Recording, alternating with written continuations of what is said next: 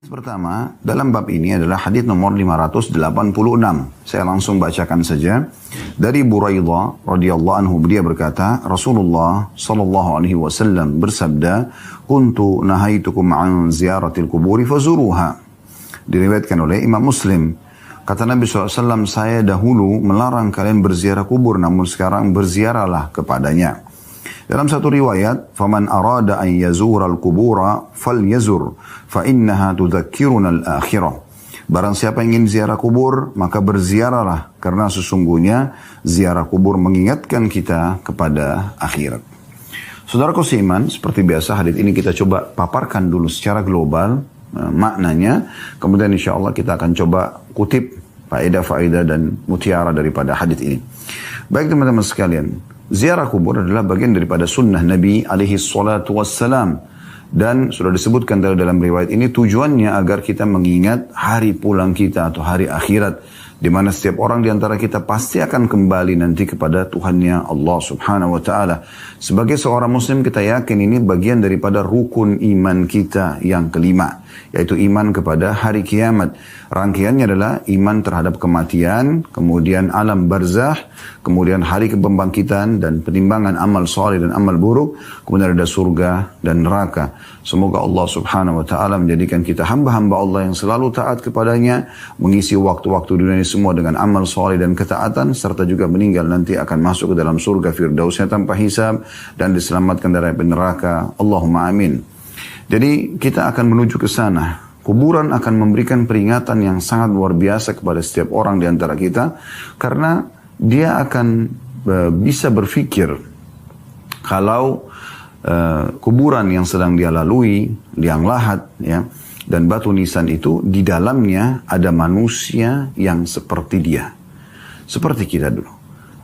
Apakah itu sosok laki-laki atau sosok perempuan, semua sama melalui rahim seorang ibu, kemudian mulai masa kanak-kanak, punya harapan dan angan-angan ingin mencapai prestasi terbaik semasa hidup, sampai akhirnya menikah dan mengejar dan berhasil mendapatkan targetnya, akhirnya meninggal dunia.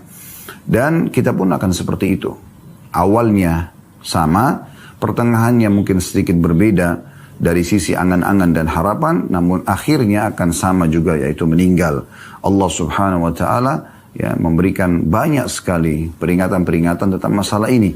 Di antaranya dalam firman-Nya, hatta zurtumul maqabir, sampai kalian akan masuk ke dalam kuburan itu, ya, karena banyak manusia sibuk mengejar prestasi dunia dan dia lupa kalau dia akan kembali.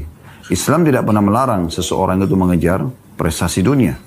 Namun tidak boleh dia dengan mengejar ini lupa terhadap akhirat, sehingga dia tidak kenal mana haram, mana halal, mana yang boleh, mana yang tidak boleh. Dia melanggar semua apa yang Allah subhanahu wa ta'ala ya, larang.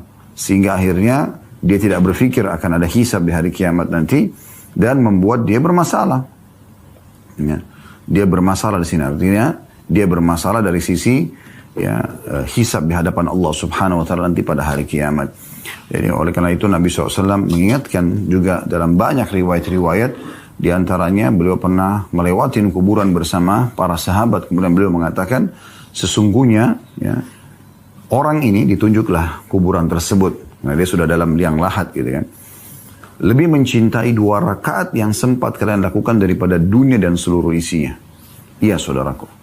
Kalau seseorang di antara kita diberikan kesempatan oleh Allah subhanahu wa ta'ala untuk hidup kembali, maka pastikan dia tidak akan pernah berharap kembali untuk ya, ke makanan favoritnya.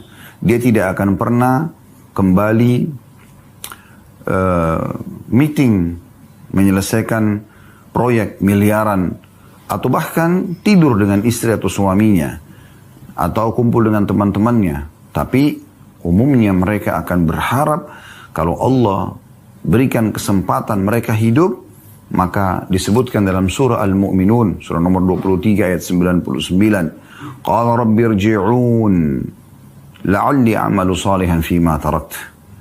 Wahai Tuhanku, kembalikan aku di dunia. Jangan sampai aku dimatikan sekarang. Untuk apa?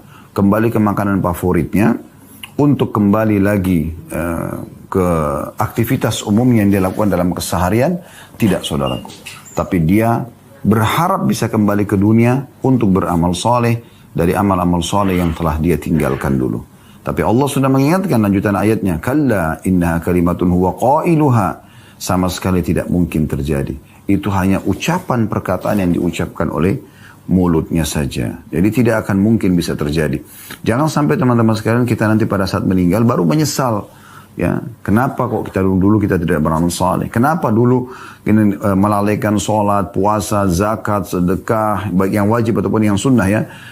Kemudian juga kenapa dulu sibuk gosipin si fulan, ya, kemudian juga menggibah si fulan dan seterusnya, mencari-cari aib si fulan.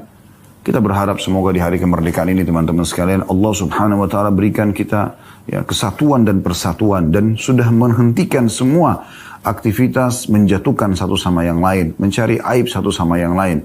Tapi yang kita lakukan adalah gotong royong, bekerja sama, saling dukung-mendukung. Yang berprestasi kita dukung. Yang sedang punya kekurangan, maka kita bantu dia agar dia bisa berprestasi. Jadi bukan justru dia dihina atau dikucilkan. Begitulah sabda Nabi SAW kepada setiap muslim, unsur akhaka zaliman aw madluma. Tolong saudaramu dalam kondisi dia berbuat zalim atau dia terzalimi. Maka para sahabat mengatakan, ya Rasulullah, ini orang yang terzalimi kami faham. Karena dia sedang tertindas, wajar kami tolong. Bagaimana kami menolong orang-orang yang berbuat zalim, berbuat salah, kriminal. Maka kata Nabi SAW, engkau memberhentikan dia dari kesalahannya. Jadi kalau ada orang yang melakukan kesalahan, kita jadikan kesalahannya itu sebagai ajang pahala buat kita. Nasihatin dia, berikan dia masukan. Dimulai dari jajaran pemerintahan kita, harusnya memposisikan diri sebagai orang tua bagi seluruh warga Indonesia. Dan bagaimana orang tua kalau mendapati anaknya berbuat salah, dia merangkulnya, menasihatinya, meluruskan, memandu, menuntun. Itu harus terjadi. Jadi bukan terjadi kezaliman, bukan justru menindas misalnya, atau justru berbuat kezaliman. Karena ini semua akan dihisap oleh Allah SWT pada hari kiamat. Begitu juga sebagai warga negara Indonesia. Kita ini seperti anak-anak. Pemerintah ini adalah orang tua kita. Bagaimana kita wajib patuh pada orang tua, begitulah kita wajib patuh kepada pemerintah kita. Selama bukan maksiat kepada Allah Subhanahu wa taala, wajib untuk patuh. Rambu-rambu lalu lintas jangan dilanggar, ya. Semua prosedur dan peraturan sudah ditetapkan, patuhi. Dan ini wajib hukumnya, bukan pilihan. Masuk dalam firman Allah Subhanahu wa taala, ya ayyuhalladzina amanu athi'ullaha wa athi'ur rasul wa ulil amri minkum. Hai orang beriman, taatlah kepada Allah, taatlah kepada Rasul dan pemerintah setempat kalian. Ada yang mengatakan ini bukan pemerintah karena tidak menerapkan hukum Islam. Keliru. Pendapat-pendapat ahli sunnah, ulama-ulama ahli sunnah wal jamaah mengatakan siapapun yang Allah berikan wewenang untuk memimpin, maka dia pemimpin yang sah. Maka wajib untuk dipatuhi. Ya, jadi ini hukumnya harus difahami baik-baik. Dan insya Allah biidnillahi ta'ala dengan izin Allah, nanti malam di Blok M kita akan jauh lebih banyak membahas ya, kajian spesial kita untuk negeriku. Bagaimana setiap orang di antara kita harus memahami mana hal-hal yang harus dia lakukan atau kewajiban dia sebagai warga negara insya Allah.